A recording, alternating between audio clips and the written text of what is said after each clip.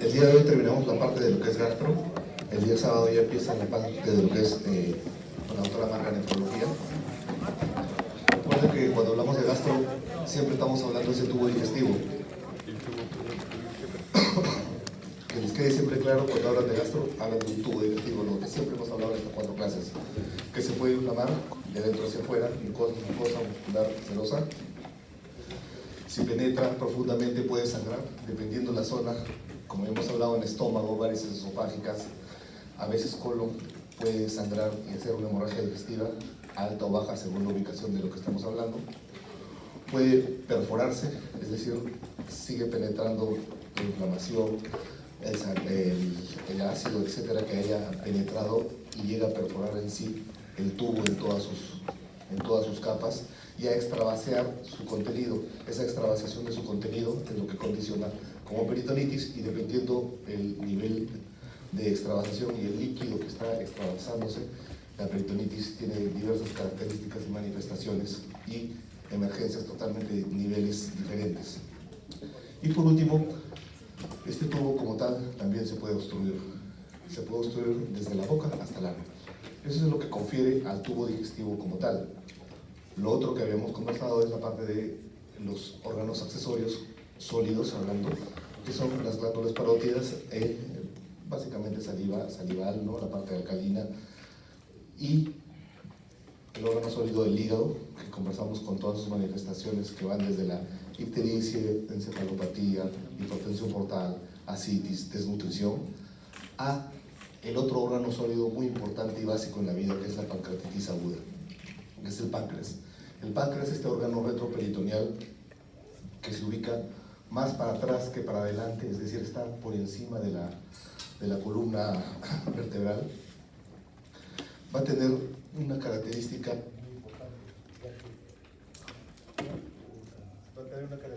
muy importante el páncreas, ya que su función es netamente enzimática digestiva. Ese es desde el punto de vista digestivo, pero también tiene un punto de vista endocrino, como ya saben ustedes. Desde el punto de vista digestivo, esta secreción enzimática, de ahí su gran importancia, que tiene que tener unas enzimas poderosas que les ayuden a poder digerir todo lo que comen. Todo lo que comen, de acuerdo a la complejidad de lo que están comiendo, necesita un mayor o menor aporte enzimático para que pueda producirse una buena digestión. Recuerda que la digestión era el troceado, el moleado químico, mecánico, para reducir a la mínima expresión, de tal manera que sea absorbible lo que va finalmente a alimentarse, a ingerir. Esa es la idea. Eso es la digestión. ¿Y quién dentro de todo el tubo digestivo es el que maneja, hablando enzimáticamente, es el páncreas? Entonces, este páncreas, encargado de la digestión de carbohidratos, de lípidos, de proteínas, va a tener a su cargo la digestión de todo lo que ustedes comen. Fundamentalmente, gracias a la acción del tripsinógeno, que estas enzimas que se van a ir generando en el acino pancreático se conducen hacia el conducto de Wilson, Santorini, y desembocan en la segunda porción duodenal, y está recibiendo todo el vaciamiento gástrico del píloro. Al entrar en contacto todo el vaciamiento gástrico, del jugo gástrico, saliva y los alimentos que han comido, ya mezclados químicamente y mecánicamente, van a entrar en contacto en esta segunda porción duodenal y se va a aperturar, va a producirse la secreción enzimática de lo que es el páncreas. Estas enzimas normalmente están de manera, como ustedes saben, inactivas. El páncreas las produce inactivamente. Lamentablemente, en algunos casos, la desembocadura común de este conducto de Wilson con el colédoco, que casi siempre más del 80-90% desembocan en un conducto común, el esfínter de Oddi, y forman la ampolla de Vater, condiciona que la desembocadura común, que muchas de las patologías de la vesícula y de la vía biliar, que usualmente son cálculos, vesículo o de colédoco, migren hacia esta zona y lamentablemente tapen, cierren, obstruyan el mismo punto evacuatorio tanto del Wilson como del colédoco.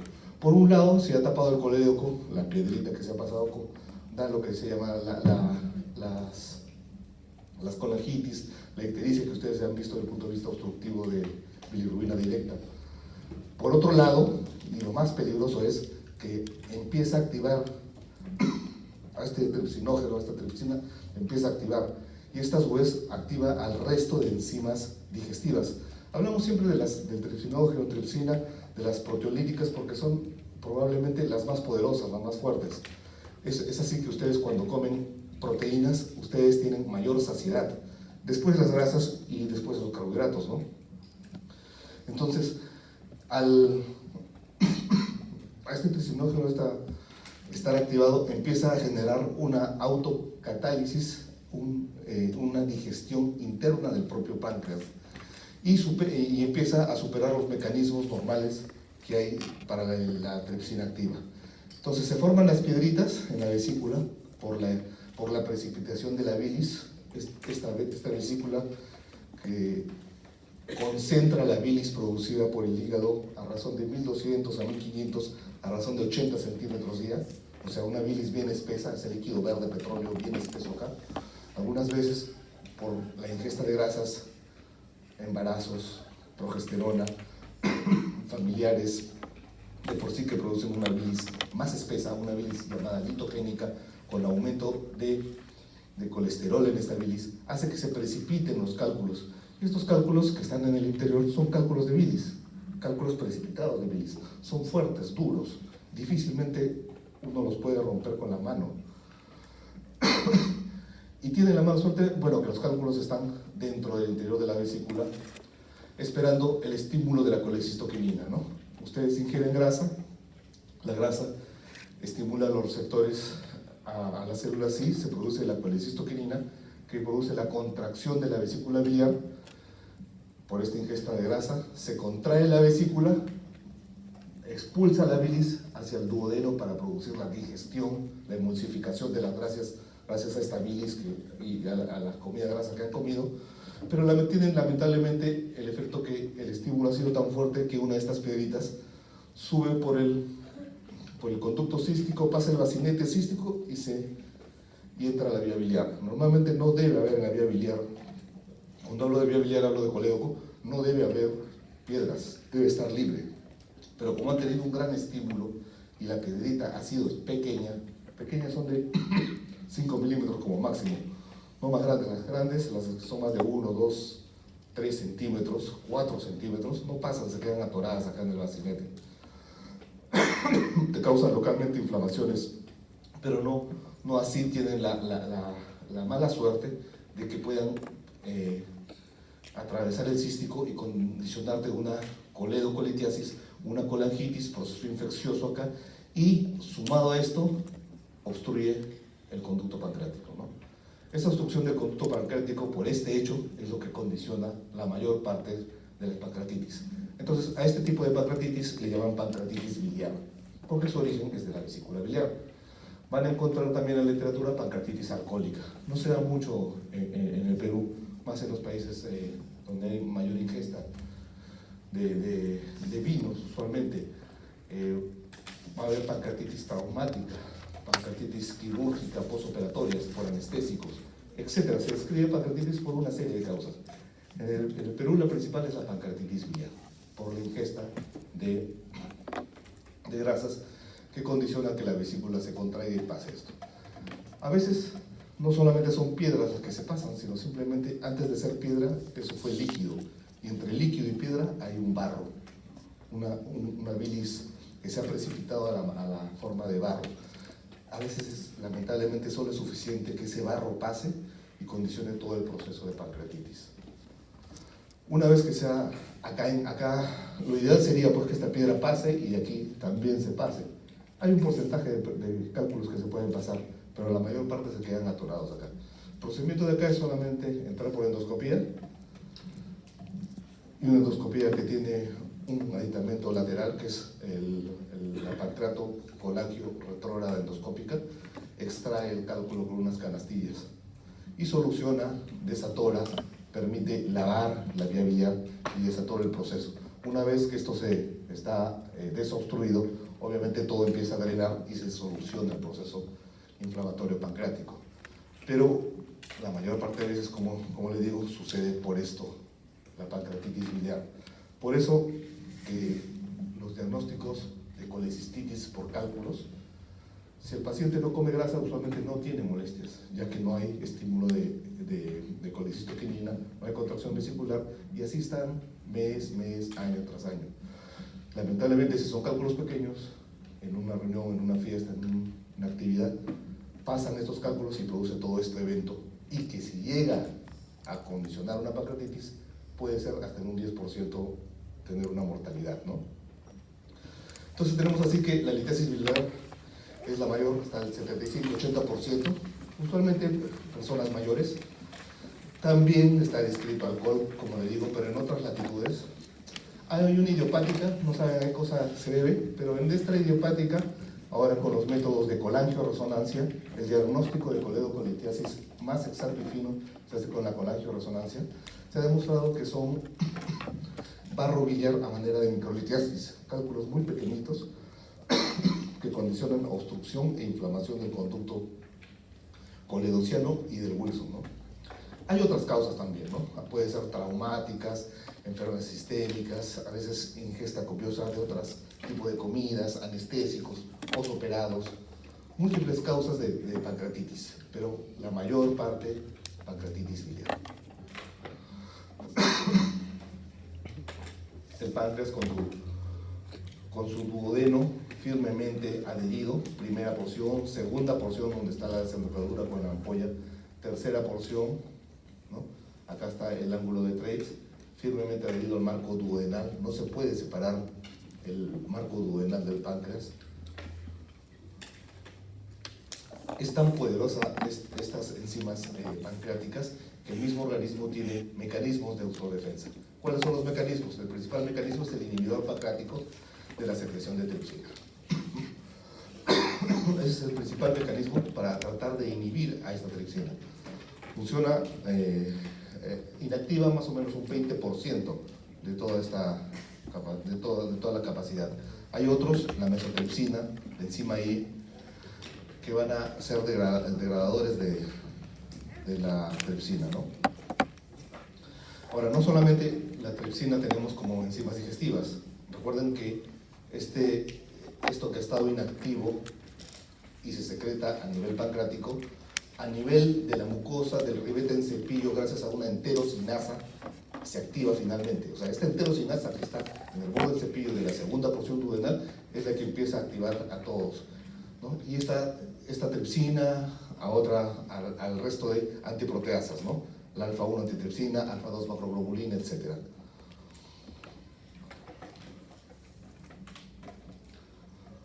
La tripsina, ¿no? Como tripsinógeno a tripsina y de tripsina, cómo transforma al resto cómo activa el resto de enzimas. Como una cascada. Esta tripsina cataliza la conversión de proenzimas, tripsinógeno, precursores de la elastasa, fosfolipasa, carboxipeptidasas. Es decir, de ahí, de la tripsina, que viene del tripsinógeno con esta enterosinasa de la mucosa duodenal, es donde se inician todos los procesos de activación digestiva de acá. Estas enzimas van a autodigerir el páncreas y esta autodigestión del páncreas, el páncreas, como hemos dicho, es retroperitoneal, encima de la columna, que está hacia la zona umbilical y está posterior. Al iniciarse el proceso de digestión, de autodigestión del páncreas, se empieza a inflamar, edemas, aumento de circulación, empieza a haber liberación de enzimas en toda esta zona. Las células acinares, las células ductales se empiezan a romper sus barreras, la parte enzimática y de bicarbonato que normalmente eran secretadas por cada una independientemente, inician una mezcla total. Esto produce que haya daños en la parte vascular, en el intersticio. Es decir, existe una seria inflamación debido a una autodigestión de todas estas enzimas pancreáticas, aumentando la permeabilidad vascular, el edema de toda esta glándula. Y lo que normalmente debe ser una glándula con cabeza, cuello, cuerpo, cola, acá en la cola está el vaso, ¿recuerdan? Totalmente retroperitoneal, de un color pardo amarillento, se empieza a crecer, a edematizar, a poner zonas de flegosis, zonas de edema marcada, zonas de necrosis marcada, que se deshace al tocarlos, totalmente digerido por todas estas grandes enzimas pancreáticas.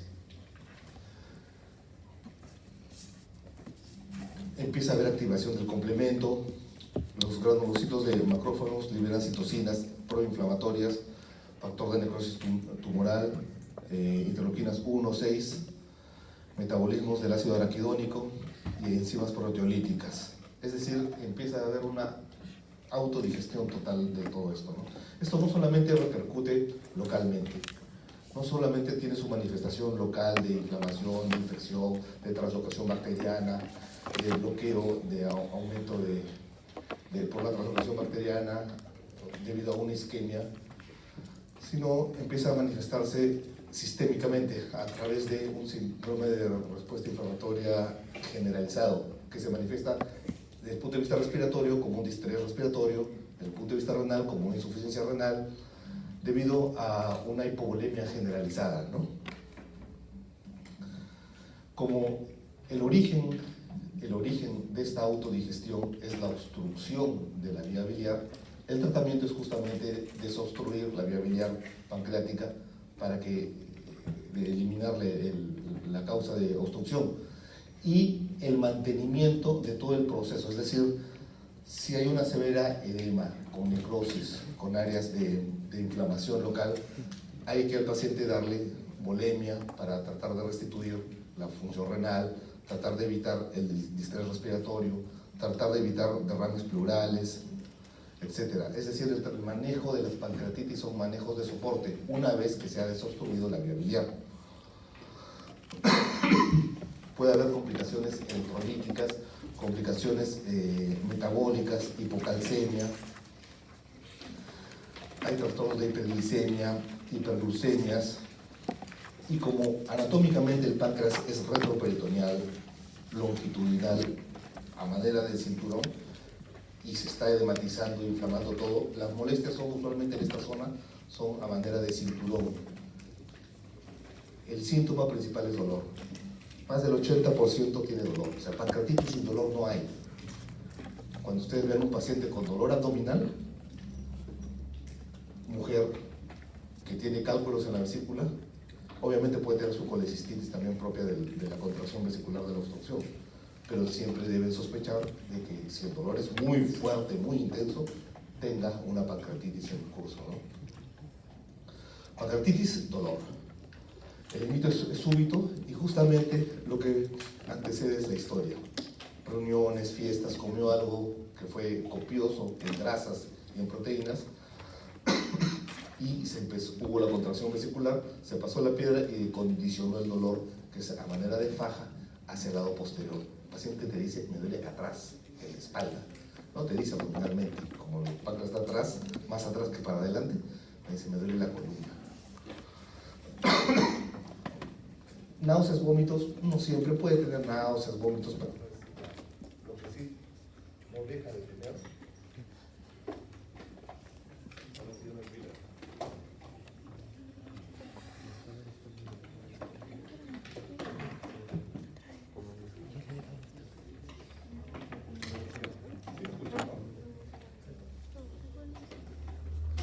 Lo que sí no deja de tener en ningún momento es dolor. Síntoma principal de pancreatitis, dolor. Obviamente, si ese dolor ustedes ya lo ven clínico, echando una coledocolicial, ¿no?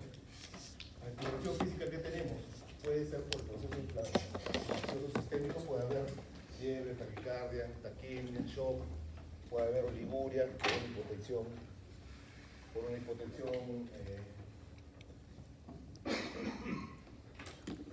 Eso es el páncreas. El páncreas, lamentablemente, el soporte pancreático solamente se da en la unidad de cuidados intensivos y es caro. Entonces, un paciente con diagnóstico de pancreatitis tiene que ser rápidamente tener soporte, desobstruir la vía biliar y esperar. Así la vesícula siga teniendo los cálculos porque fue el origen, tiene que nivelar los niveles de amilasas, que es el diagnóstico de pancreatitis, son con niveles de amilasa y lipasa.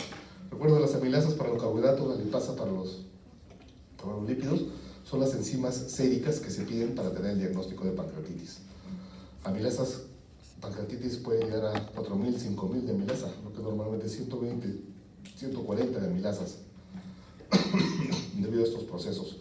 Quirúrgicamente, también cuando se están operando las colecistitis, o sea, las vesículas con piedras, si las piedras son muy chicas y hay mucho proceso inflamatorio, el cirujano tiende a estar moviendo la vesícula para un lado o para otro, y esto condiciona qué parte de su contenido se pueda pasar, y puede condicionar pues, este síndrome esta enfermedad de la pancreatitis. Las pancreatitis son de manejo médico, recuerden, con una alta mortalidad. Cuando habíamos hablado, recuerden, ya no hay otra patología en páncreas en sí que condicione, no es como de repente el hígado, que hay ictericia, que hay hipertensión portal, que hay ascitis, que hay edema, que hay desnutrición, que hay encefalopatía. No, el páncreas es pancreatitis nada más. Pero aún así, pancreatitis es mucho más frecuente que todo lo que van a ver en hígado. ¿Por qué? La dieta peruana sigue siendo llena de grasa y siguen habiendo más pacientes debido a esto, ¿no? Bueno, lo que normalmente va a la consulta en lo que es gastroenterología son los síndromes del intestino irritable. ¿Qué son esos síndromes? Son los pacientes que normalmente es una dispepsia no ulcerosa. ¿Qué se llama esto? Es una indigestión. ¿Cómo manifiesta la indigestión?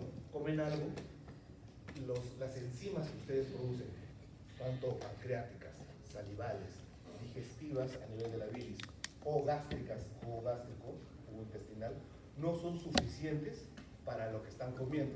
Entonces, al no haber un buen procesamiento, una buena digestión química, no llegar a sus mínimos componentes, necesita más tiempo. Este más tiempo hace que el contenido del bolo esté más tiempo a nivel gástrico o intestino, y este tiempo que hay de más intraluminal va a condicionar ciertas manifestaciones clínicas que son lo que el paciente refiere, ¿no? Se distiende, se abalona, tiene eructos, tiene sensación de náusea, disconfort después de que come una u otra comida. Algunos pacientes usualmente da en pacientes mayores, pero puede dar en pacientes jóvenes. En algún momento empiezan a tener eso, deben reconocer ante qué alimento están haciendo ese proceso de intestino irritable. Son enfermedades crónicas y recurrentes, son familiares estas enfermedades. Dolor abdominal, que se manifiesta más como un disconfort, no es tanto un dolor que quieras ir a la clínica para realizar un disconfort. Distensión, alteraciones intestinales, puede haber diarrea o puede haber estreñimiento, una urgencia defecatoria rápida, o puede haber la distensión, el disconfort a nivel rectal en un estreñimiento, ¿no? ¿Y se debe a qué? Hay una hiperactividad de la parte visceral que no solamente depende del colon, también del intestino delgado. Es decir, hay un aumento en el movimiento o una disminución, porque puede haber o diarrea o puede haber estreñimiento. Es decir, hay una mala respuesta en lo que es el movimiento. Hay secreción intestinal que puede estar aumentada, puede estar normal o a veces menor. O sea, no es ni para un lado ni para otro lado el síndrome de intestino irritable.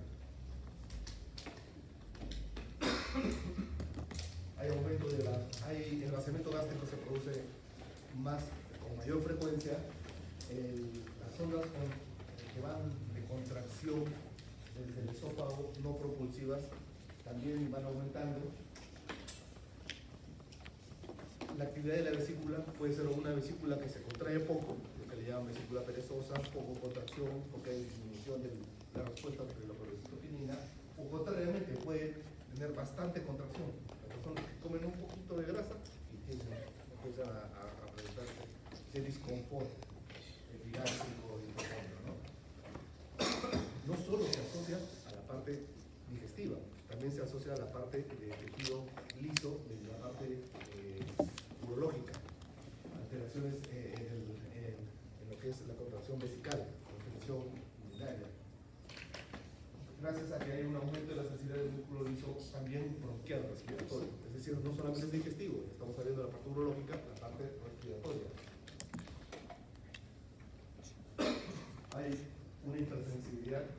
visceral por los alimentos que puedan ingerir.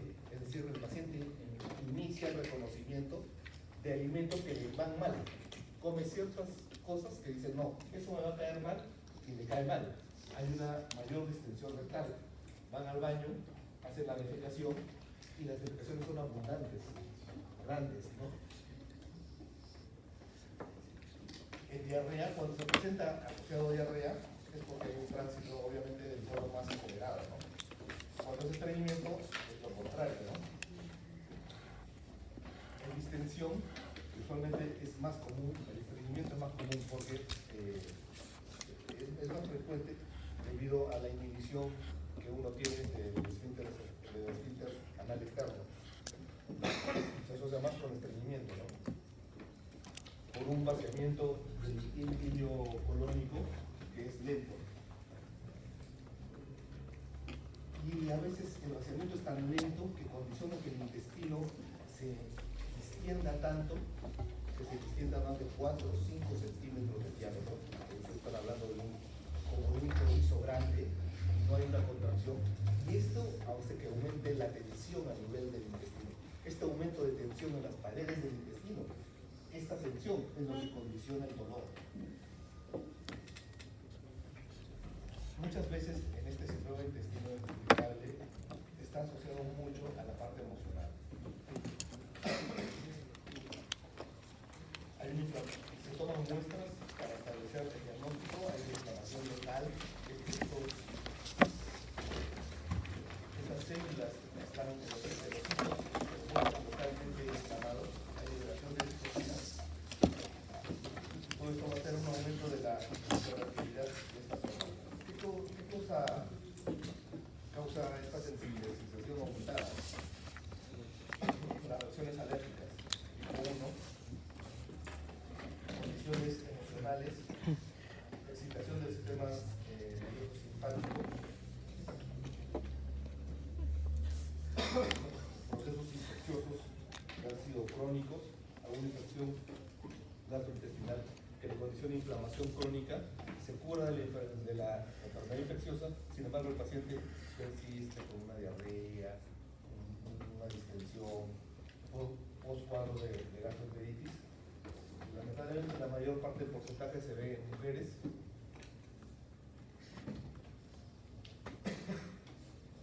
Las enfermedades agudas en las mujeres es más característico.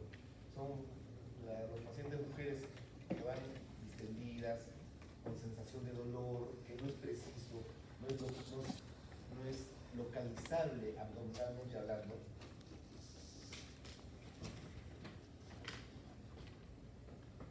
Asociado muy frecuentemente a la parte emocional, experiencias traumáticas, se dice que son durante los meses anteriores, ¿no? Factores psicosociales, a veces se asocia también a una mala absorción de ácidos. Recuerdan esa circulación enterohepática, la cual se absorbía parte de las sales biliares, de los ácidos biliares, se absorbían a nivel del intestino distal. Cuando hay una mala absorción de esto, condiciona también un síndrome de intestino irritable, colon irritable. Se asocia también a urgencias defecatorias. Hay disminución de la absorción de estos ácidos biliares, y por eso es que a algunos pacientes se les da tratamiento con colesteramina, que es lo que ayuda a bloquear a esta absorción de los ácidos biliares y permite que no inflamen totalmente, ¿no? A nivel del hígado. Pacientes postoperados de histerectomía, alergias a alimentos. Muchos establecen la asociación de la parte emocional y la motilidad, ¿no? La cólera produce una activación contráctil exagerada, mientras que la tristeza y el temor se establece con ausencia de motilidad. La ansiedad a un aumento, a un tránsito rápido, y la depresión causa retardo en el tránsito intestinal también. El estreñimiento se asocia a un tono vagal bajo y la diarrea contrariamente, ¿no? En el sueño tiene un estado mayor en excitación en el estado REM. muchas veces la respuesta del estrés agudo causa una activación del sistema nervioso central. Manejo de personas, familiares fallecidos, personas vulnerables, dependencia familiar, todas condicionan un síndrome del intestino irritable. Cuando ustedes escuchan síndrome del intestino irritable, la mayor parte se refieren a colon irritable. El colon irritable, como les digo, la manifestación es muy variada, desde diarrea hasta estreñimiento y multifactorial. Debido a que siempre recuerden este gráfico de cuánto es la secreción que nosotros tenemos, ¿no? Más de casi 10 litros de líquido que va hacia el tubo digestivo. Sin embargo, la mayoría se absorbe en el delgado y un poco más en el colon, más que nada en el lado derecho. Entonces, es por esto también la justificación de que a los postoperados uno le dice, ya eliminó, defecó, eliminó gases, tuvo movimiento intestinal. No, doctor, si no he comido nada. Pero sin embargo, siempre hay secreción, ¿no? Siempre hay secreción. Las funciones del colon básicamente son absortivas, ¿no? Que absorbe agua, sodio y por consiguiente agua. Secreción de potasio, bicarbonato y la secreción de moco. Y otra función básicamente es la de almacenar. Entonces tenemos que el lado derecho y el transverso, el colon del lado derecho y el transverso, su función básicamente es absorber el agua, mucho más que el izquierdo, absorción de electrolitos, y esto va a estar asociado a una buena motilidad para que haya una buena absorción. Si la motilidad disminuye, es decir, si no se mueve, el colon no tiene esas contracciones, recuerda, de masa para movilizar el contenido del colon, permanece el contenido más tiempo dentro del colon. El hecho de que permanezca más tiempo hace que se absorba más líquido. Al absorber más líquido, al aumentar la absorción del líquido, hace lo que se forma lo que es el estreñimiento. Es decir, al disminuir la motilidad colónica, finalmente tenemos mayor estreñimiento. ¿Quiénes disminuyen la motilidad colónica? Todos los medicamentos para el dolor. Cualquier medicamento para el dolor te disminuye la motilidad colónica. Mientras más fuerte sea el medicamento, o sea, mientras mejor que controle el dolor, más estreñimiento le va a dar. Entonces, ¿quiénes son los pacientes que se van a estreñir? Los pacientes que toman los medicamentos para dolor más fuerte. ¿Quiénes son? Todos los oncológicos, todos los traumatológicos y los reumatológicos. Todos esos pacientes sufren de estreñimiento debido a este problema, ¿no? Contrariamente, nuevamente el colon del lado izquierdo. Estamos hablando ya del colon, la mitad del colon transverso, colon izquierdo sigmoide, recto ancho. Acá, si la motilidad aumenta, la absorción disminuye, ¿no? O sea, si pasa más rápido, no le da tiempo a la mucosa colónica de quitarles agua, entonces la absorción va a disminuir, que es lo que condiciona la diarrea. ¿Por qué? Por un aumento en la motilidad. Fundamentalmente, toda esta parte del colon derecho va a absorber y la del lado izquierdo va a almacenar. ¿Recuerdan acá la válvula ileocecal? A la válvula ileocecal llega todavía un contenido líquido. Es decir, acá después del intestino delgado, ilio, pasa acá un contenido líquido. A razón de 1,5 litros, 2 litros de líquido. 2 litros pasa por todo el colon y finalmente 200, 300 de no líquido, ¿no? Pastoso de la defecación. Y se va a ir almacenando a nivel del pulmón. Esto gracias a los movimientos del colon, ¿recuerdan? Movimientos debido a sus austras, movimientos de propulsión, y dentro de los movimientos de propulsión, el más importante es el movimiento de masa, que es un movimiento grande, extenso, de más o menos 15, 20 centímetros, en el cual desaparecen las austras y se forma un tubo sin ninguna marca, sin ninguna austra, sin ninguna teña que se pueda notar. Por estas fases, fundamentalmente en la fase 3, que es solamente donde hay ondas de propulsión, solamente es el 10%. Es decir, la fase 3 es el fin de este complejo motor migratorio, pero solamente dura ¿cuánto? 10%. Puede haber diarreas, alteración del transporte acuoso intestinal,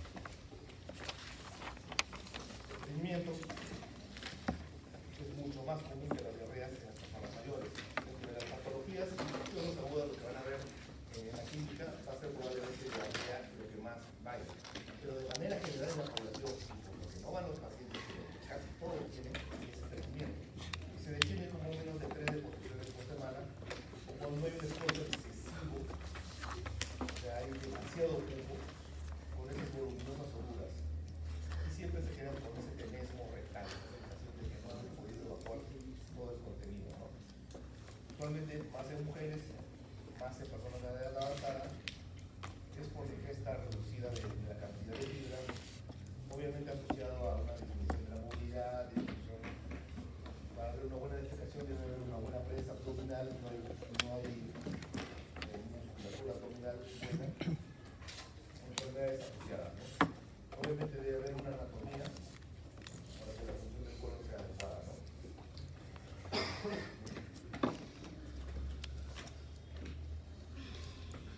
es lo mismo, ¿no? La falta de fibras, personas inactivas y de ejercicio hace lo que es el estreñimiento.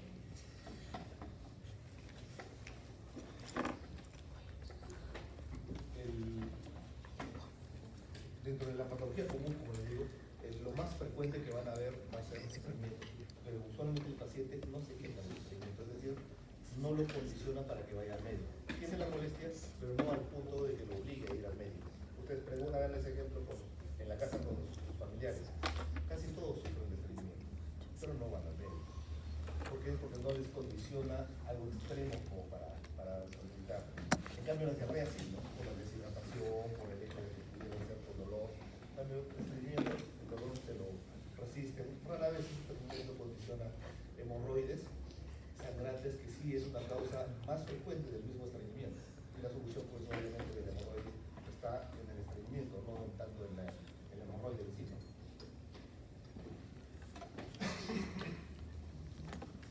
Bueno, el colon absorbe el agua y absorbe el sodio hipocondríaco del agua, ¿no? Tiene que ver mucho para que el estreñimiento, que haya una buena anatomía del colon. Si hay un colon pequeño, un colon corto, que le ha hecho una resección de colon derecho, izquierdo, por alguna patología, obviamente no va a haber glucosa de colon para absorber agua. Y el paciente, dentro del postoperado, de colectomías por algún cáncer o algún traumatismo, sufren de diarrea, hasta que la parte del colon que le ha quedado cumple esa función de absorción.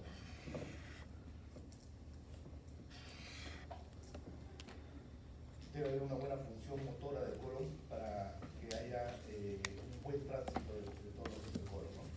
Obviamente debe estar bien conformado con todo el plexo mientérico y de las células intersticiales renales. ¿Se acuerdan de esas régimen eléctrico basal que da la onda para que se contraiga el intestino? Debe tener una buena anatomía para que haya una buena señal eléctrica. El sistema entérico hablando, ¿no? Y lo siguiente que vimos, que deberíamos ver cuando hablamos de tubo digestivo, es obstrucción. Habíamos hablado que se inflama, que sangra, que se perfora o finalmente que se obstruye. ¿Qué es obstrucción intestinal? Es el síndrome caracterizado porque se detiene, hay un stop parcial, una subobstrucción o suboclusión, o hay una obstrucción total de todo el contenido intestinal. Las obstrucciones se van a definir también por el nivel anatómico del grado de obstrucción. ¿Y qué es lo principal que manifiesta cuando uno obstruye? Si cierro el estómago, las ondas peristálticas empiezan a aumentar para tratar de vencer esa obstrucción. Ese aumento de ondas peristálticas para tratar de superar esa obstrucción se manifiesta con el dolor abdominal. Si la obstrucción es alta, la distensión va a ser menor. Pero si vamos bajando, es decir, llegamos al estómago, obstruimos el estómago, el paciente rápidamente vomita. O sea, los pacientes que se obstruyen a nivel del estómago, su principal molestia es come, vomita, come, vomita. Todo lo que come, vomita, porque está en una obstrucción relativamente alta. Si vamos bajando intestino delgado, ya no van a ser tan vomitadores.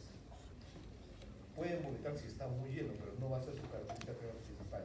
La característica principal es la distensión, porque está todo el intestino distendido, lleno, apretado, obstruido.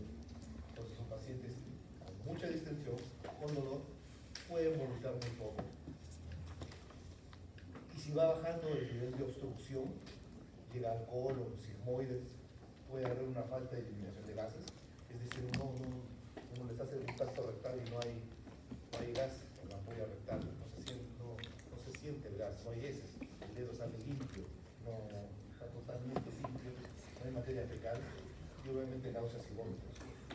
Cuando la obstrucción son bajas, a partir de la válvula ileocecal se consideran bajas, las obstrucciones funciones son bajas, va retrógradamente acumulando todas las secreciones intestinal, gástrica, gástrica, y lo acumula a tal cantidad que retrógradamente el intestino se llena el estómago, y el paciente empieza a vomitar. El peligro de estos pacientes vomitadores son que se pueden aspirar y pueden condicionar una patología respiratoria por contaminación, por aspiramiento. Se les pone sonda y tiende a evacuar por la sonda 2, 3, 4 litros de contenido intestinal, etc. Si son obstrucciones bajas, hasta heces pueden salir por la nariz, por la sonda nasogástrica. Obviamente esos pacientes que están saliendo heces por la sonda nasogástrica son pacientes quirúrgicos desde el primer momento que lo ven, porque no... porque ¿qué es lo que conduce? Ahora, ¿qué obstruye la luz del intestino? Puede ser obstrucción dentro de la luz, o sea, en la misma luz intestinal, cálculos, muchas veces cálculos biliares que pasan por la vía biliar, por el colegio. Eso es lo normal que se pueda pasar. Pero a veces son tan grandes que en la misma vesícula condicionan que la vesícula, por gravedad, hacen una fístula del fondo de la vesícula hacia el colon y condicionan fístulas vesículo-colónicas o vesículo-duodenales. Entonces, piedras de la vesícula se pasan a la vía biliar, al intestino, y condicionan obstrucciones biliares, se llaman, iliobiliar se llama. Es raro, pero existe. En estos casos, cálculos de bilis a obstrucción biliar. Cuerpos extraños, normalmente niños jugando con pepas de frutas o con juegos pequeños, tienden también a obstruirse. Se obstruye a nivel del píloro o a nivel intestinal, las dos válvulas. Si tienen la buena suerte de que pasa eso, ya pasó, ¿no? Pero si no pasa esas dos válvulas, se obstruye y te empieza a distender. Finalmente, endoscópicamente, gracias a Dios, por lo menos las plantas se pueden sacar.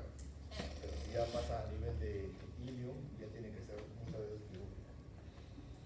Cuerpos extraños también, cuando se está viendo con más frecuencia cuerpos extraños rectales. Los pacientes que sienten excitación por la estimulación de todos los receptores del piso pélvico, hombres y mujeres, cada vez utilizan, para ver mayor estimulación del tipo de zona pélvica, objetos más grandes que no son adecuados para esta zona y pierden al introducirlo, pierden la posibilidad de retraerlo. Y como hay un efecto de succión negativa en el colon, muchas veces se introduce más. Y una buena proporción de estos pacientes, que cada vez hay más, llegan a sala de operaciones para tratar de sacar el cuerpo extraño. Tumores. Obstrucción con tumores es lo más frecuente, usualmente en el colon. El colon del lado izquierdo. Como las heces del lado izquierdo son más compactas, obstruidos a nivel del lado izquierdo. Pueden también obstruidos a nivel del colon del lado derecho, los tumores son un poquito más grandes. Obstruidos a nivel gástrico, cerca al píloro, al ano. O obstruidos a nivel de luminales. Bueno, eso es lo más frecuente, los dos, colon y estómago. Sexuales, megalomas, muchas veces por este estreñimiento crónico condicionan que las heces se deshidraten tanto que forman tumores de heces, tumores duros, rígidos, que uno les hace tanto rectal y tocan las heces duras. Pero uno se va a dar cuenta que se va tocando y se va deshaciendo, ¿no? Esos son tumores de heces. Hay que tratarlos con bastantes enemas, sustancias que ayuden a hacer megalomas. Puede ser por causas de la pared misma, ¿no? Las neoplasias, la infección formada en la pared, colon, estómago, lo que hablamos. Cuando uno reseca una parte del intestino y lo vuelve unido, si no lo une y los diámetros no son equivalentes, consecuentes, puede haber ciertos estrechamientos. Estos estrechamientos también se les llama anastomosis, que son las uniones, y puede ser anastomosis estrecha, ¿no? Y lo más frecuente que hay cuando hablamos de obstrucción intestinal, uno pensará, pues el estómago, el colon, los cánceres son los más frecuentes, no. Los más frecuentes son las heces abdominales. decir, las bridas y adherencias. Pacientes que han sido operados por algún motivo, siempre que se operan, tiende a haber un proceso inflamatorio peritoneal que hace que se peguen los intestinos. Mientras mayor ha sido la agresión, mayor bridas y adherencias va a haber. O sea, se van a pegar. Un intestino que debe estar limpio está totalmente pegado. Se puede deshacer claramente con simplemente aplicándolo con tijera, cortándolo. Muy suave se deshace, son adherencias laxas, pero laxas para uno que las deshace, pero no para el contenido, ¿no? Entonces, con pacientes posoperados, lo más frecuente es bridas y adherencias. Cuando veo pacientes que están obstruidos, son posoperados, es por eso. Y dentro de todos estos, eso es lo principal. También hay hernias, intestinos se pueden meter a la hernia umbilical, el intestino no pasa originalmente o pluralmente, o se puede doblar el sigmoide que causa el polvo. Con todo esto, la principal recuerda es las bridas y adherencias que son obstrucciones. ¿Y qué condiciona eso? Que haya se detiene todo el tránsito, toda esa secreción que está intraluminal se detiene, y dependiendo la zona empieza a haber un tercer espacio. Estamos hablando de casi 10 litros, ¿no? Esos 10 litros se quedan intraluminalmente y forman un tercer espacio. Este tercer espacio, ¿qué va a hacer? Que haya una proliferación bacteriana que al final hace una translocación bacteriana. Que haya un aumento de la presión intraluminal. Empieza a crecer un intestino tan grande al punto de que ese aumento de tensión genera obstrucción de los vasitos del intestino y no llega sangre y se perfora, hay gangrena, hay edema y está sanguinoso, y todo esto condiciona que esos vasitos, al no pasar sangre, se pueden trombosar y se trombosan también, y todo esto va a condicionar el intestino. Entonces el tratamiento de las infecciones intestinales, si estamos hablando que la mayoría son bridas de adherencias, es deshacer esas bridas de adherencias, porque es una sepsis totalmente potencial. Entonces, recuerden siempre que hablamos de tubo digestivo, o se inflama, o sangra, o se perfora, o se obstruye. De todos estos, lo que más van a ver siempre va a ser inflamación. Y de todos, lo que más se inflama siempre va a ser el estómago, la artritis. Todo el mundo, en algún momento, por la dieta, por el estrés, por los medicamentos, tiene algún problema. Sangrado, rara vez, probablemente con mayores estreñimientos por las hemorroides. Estamos hablando en frecuencias, ¿no? Voy a hablar de todo, pero eso es por frecuencias. Perforaciones, no la van a, ustedes por lo menos van a ver muy poco. Salvo que cuando ustedes en los hospitales van a ver, pero así de manera general, perforaciones, estamos hablando de una apendicitis, una colecitis, una enfermedad, una comorbilidad. ¿Qué obstrucciones? Solamente si ven pacientes posoperados de adherencias o estreñidos crónicos en fecalomas, pacientes que estén con ingesta de medicamentos. Bien, ahí terminamos esta parte de gastro. Empezamos con la parte de genética. Yo puedo.